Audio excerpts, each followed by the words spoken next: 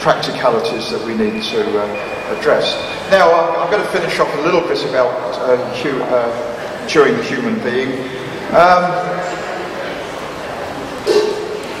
Turing thought incredible thoughts, and it was part of it was being who he was.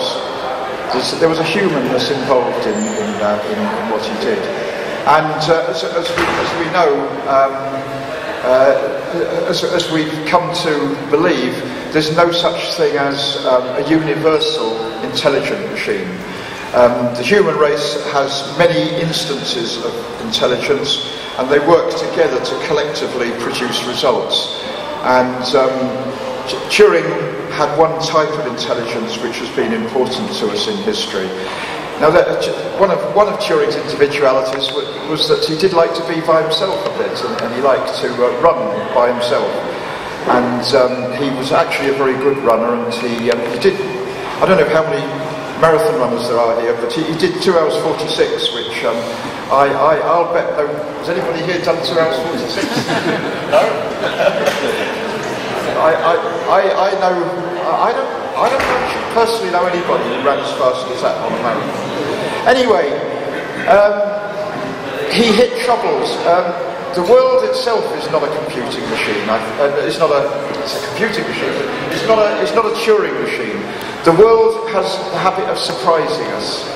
And Turing ran into great personal problems in his last 2 years.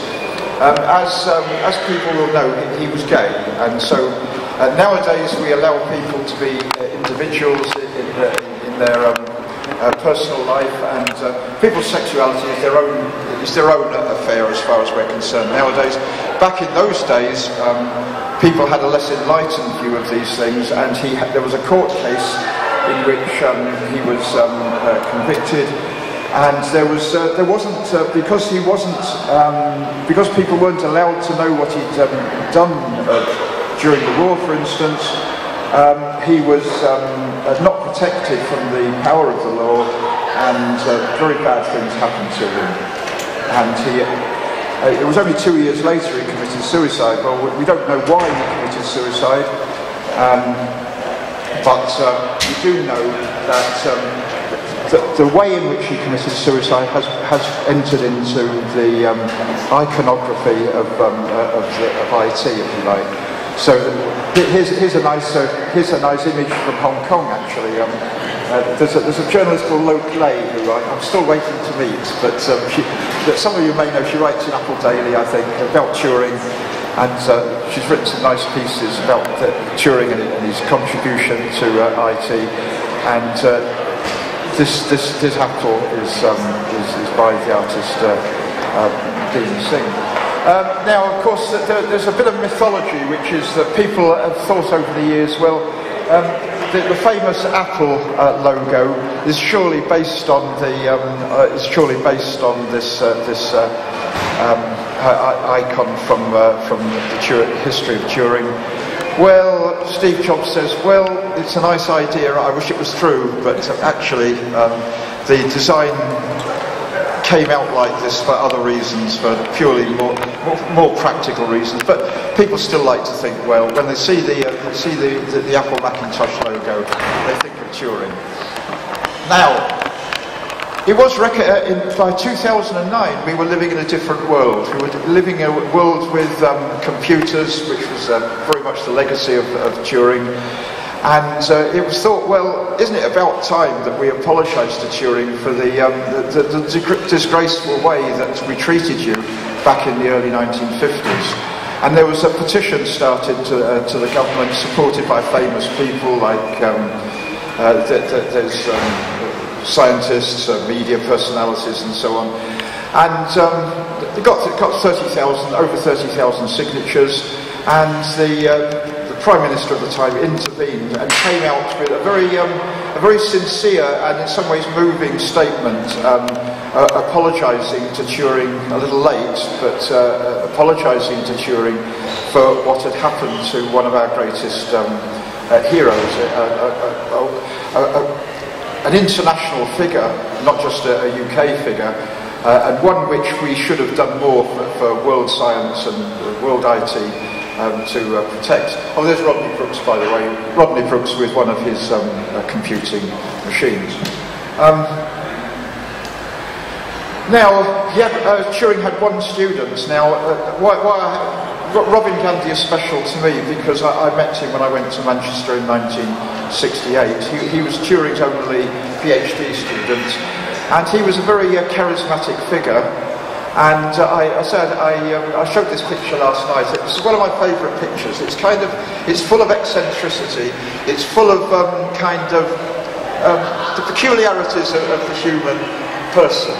And it's very much tied to Oxford, I think. And you look at these people, and you see there's Andrew Hodges, who wrote the best biography of Turing, and there are people, gay people mainly,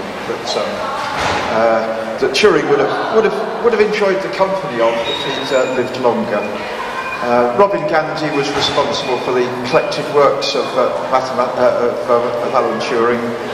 And I'm afraid he took 43 years to produce the collected works, and he actually died before the final volume came out. And my supervisor, Mike Yates, his student, was the person who finished off this project. There's not much in London commemorating Turing. I mean, most of Turing's life was spent in other places. He was born in London. He was born in a nursing home, which is now a hotel. You can go and stay there. It's called the Colonnade Hotel, and there's a plaque been placed on the building. And there's Andrew Hodges, who wrote the fantastic biography of Turing. And he made this rather moving oration at the unveiling of this plaque. And I'm going to read it because every time I read it, I find it very moving. He finished off his oration saying, "It is the greatest honour to unveil the place where Ethel Sarah, his mother, gave birth on 23rd of June 1912. My sentiments are not the same as those that impelled her to rediscover her dead son and tell her story." What she did after Turing's death, her son, she wasn't a scientist, but she investigated Turing's work, and she wrote a book talking both about Turing's life and about his work, not at Bletchley Park. She didn't know anything about that, but his work in mathematics and so on. And she put effort into understanding this. It's kind of nice that she did this, and she talked to various people. And the book, she self-published essentially. There was only like 300 copies of it published at the time. Some people still have the original copy, which is very valuable. Anyway, so my sentiments are not the same as those that impelled her to rediscover her dead son and tell her story. But I hope she would recognise an echo of her language when I conclude. The law killed, but the spirit gives life. And I think nowadays we kind of see Turing's spirit through all sorts of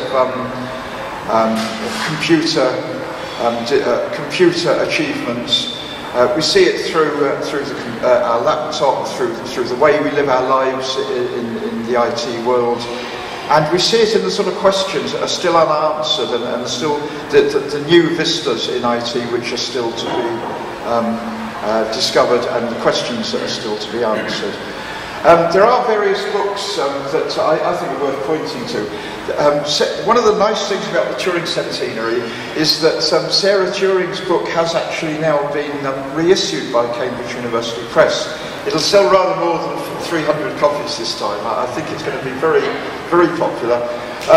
There's Andrew Hodges' book reissued, and there's a collection of Turing's work with commentaries from leading people, which is going to also appear very soon. And I'm going to finish there.